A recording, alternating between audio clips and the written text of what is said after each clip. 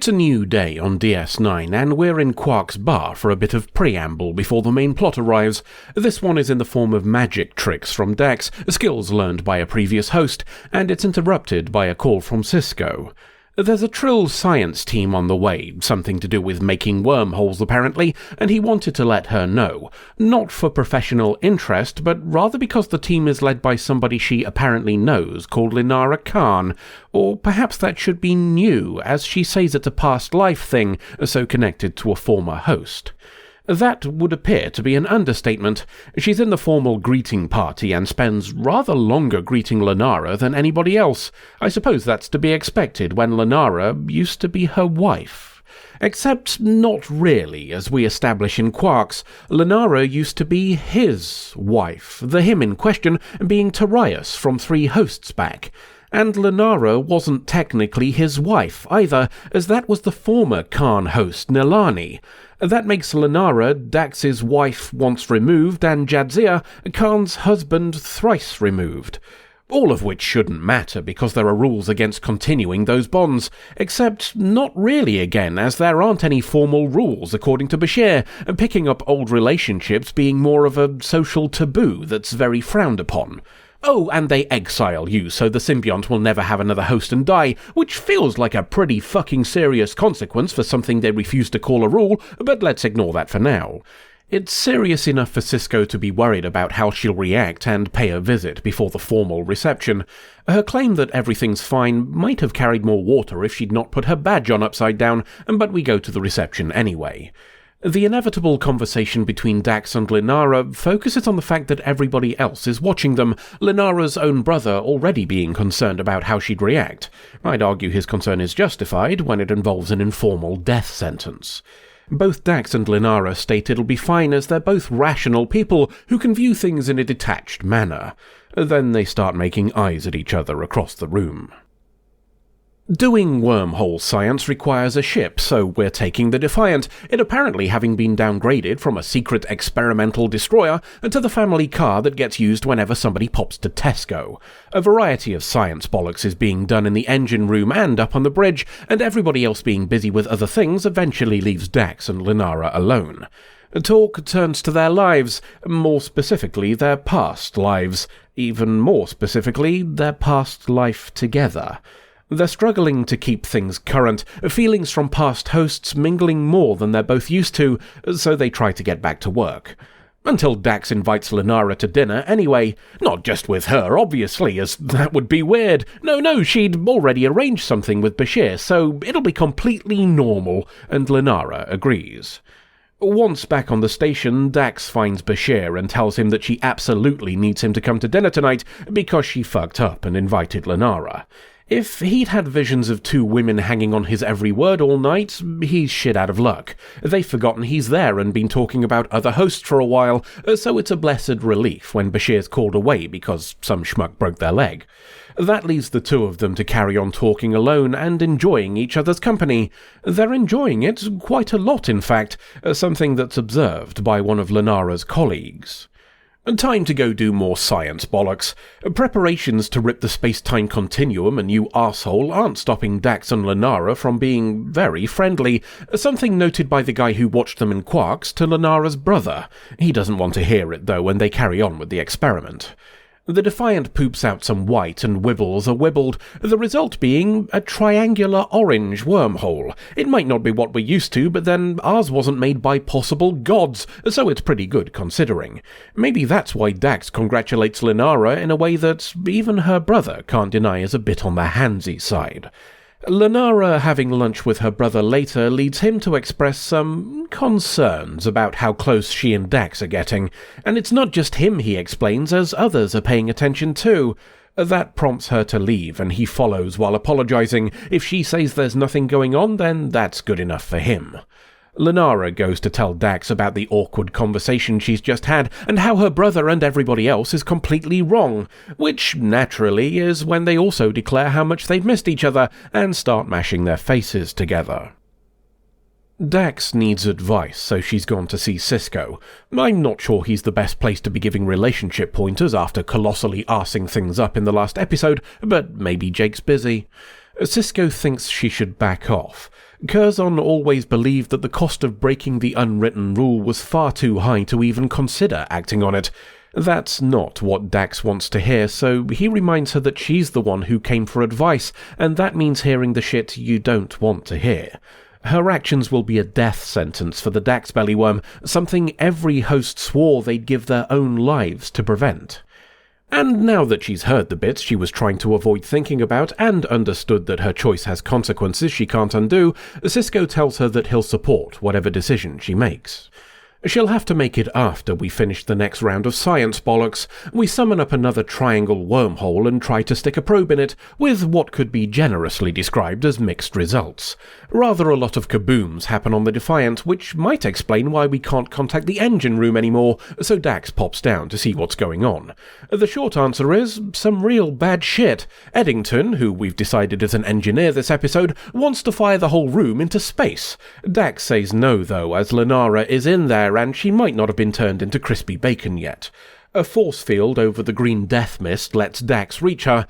Eddington waits until she gets there before scarpering and seals the room behind him, but it's okay because Dax drags an alive Lenara into a side room/conduit.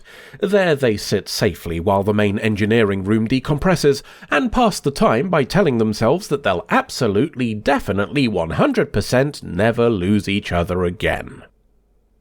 Back on the station, Lenara is healing. Her brother thanks Dax for saving her, then buggers off. Lenara's talking about going back to Trill to analyse the readings they got from the triangle wormhole before everything went to shit. Dax thinks she could do that here on the station, though, with her. Lenara's no longer as sure about that as she was just after her near-death experience. Maybe that experience is part of the reason, the understanding of what finality truly is, or perhaps it's the last half an hour her brother has spent trying to convince her to give up on Dax before it's too late. The result is the same, though, despite her trying to phrase it as using the time back on Trill to think things through. Dax knows that if she leaves, she's not coming back. Dax watches the science team depart from a balcony on the promenade, and Lenara is the last to go. They exchange a look, but it changes nothing, and she boards, so we'll leave Dax to contemplate whether Trill taboos just ruined her life or saved it until the next adventure. And so the credits roll on another Dax romance episode. For those keeping track, the number of times Dax has been willing to make life-changing sacrifices for a past or present relationship now stands at 3, which isn't a lot, but it's still weird that it's happened more than once. It's also the second time she'd have let the Dax bellyworm die with her, or the third if you include that time she went on a murder sabbatical with some Klingons, which I think raises some very serious questions about just how dedicated the Initiate program makes potential hosts. Anywho, the standard Trill plot of a past life coming to the station and threatening to bugger everything up is here again. This one is a touch different at least, as rather than a prior commitment or oath, today's episode deals with the emotional conflicts born of past host personalities.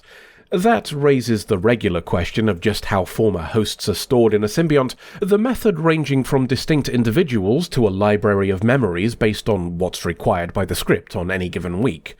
This week it leans more towards the former, with an added dash of what we've heard previously about prior hosts potentially taking control.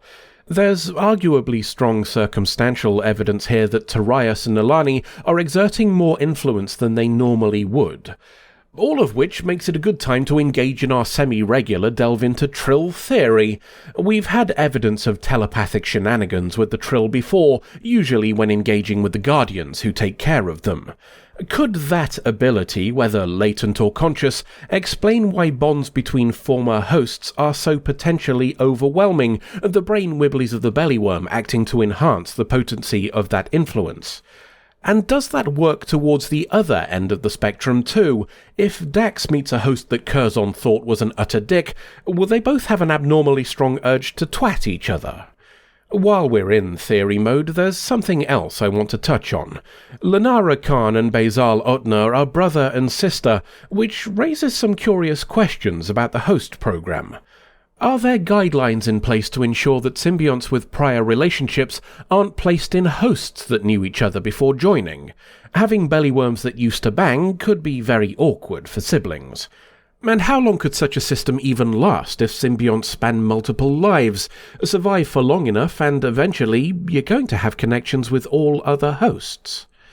It's another example, then, of why the cutoff rule for past lives exists. Without that, you'd have to get a pinboard and red string just to keep track of it all, and that's before you consider that the cost of all those anniversary cards would bankrupt each new host. Back to the story, then, and we're left with those questions and more. Were those desires genuinely from the current Gestalt, or amplified reflections of prior hosts? We don't know. Was Lenara's decision to leave due to societal pressure, or possibly a form of self-sacrifice to ensure someone she loved could continue to exist beyond the current host? We don't know. Will this whole problem come back around again in 200 years, with a potentially different outcome depending on who hosts them between now and then? We don't know. Deep Space Nine prefers to give us grey areas, and does so again today. It would be remiss of me to not discuss that kiss before we end, though. This episode is the first explicit example of undiluted queer representation in Trek. It's dabbled with such things before, but this is the first one where they're not masking it in any way. That this relationship is between two women is not referenced even once in the script, and that is a deliberate choice. Such things in the Star Trek universe are so normalized as to not be worthy of note. The Federation is beyond such things. We, as a species, have outgrown the divisive rhetoric that populists use to control the fearful. It will not surprise you to learn that this was not the case when it was filmed. One broadcaster in America removed the scene. Whether that was the same affiliate who threatened to not show the original series because it had a black woman on the bridge, I don't know, but it wouldn't surprise me. History, I find, has a tendency to repeat. It would be another 2 decades before Trek showed two men kissing, and with exactly the response you'd expect from the same sort of people. I have my own issues with Discovery, but accusing the show of being too socially aware for doing the same thing that happened 20 years prior is as amusing as it is utterly predictable. For as long as Trek continues to exist, one thing will remain true. There will be a subset of viewers who want its progressive future without having to perform the actual progress in the present. End of episode.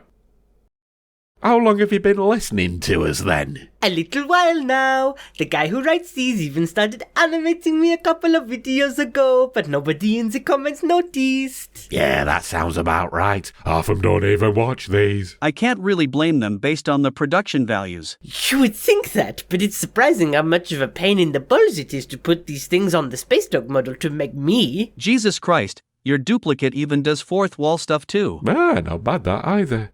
Anyway, what do you want? I just wanted to make sure there were no hard feelings after all that happened. No hard feelings. You framed us for treason. What could possibly have motivated you to betray yourself? The founders offered me a tube of Pringles. Told ya. Woof.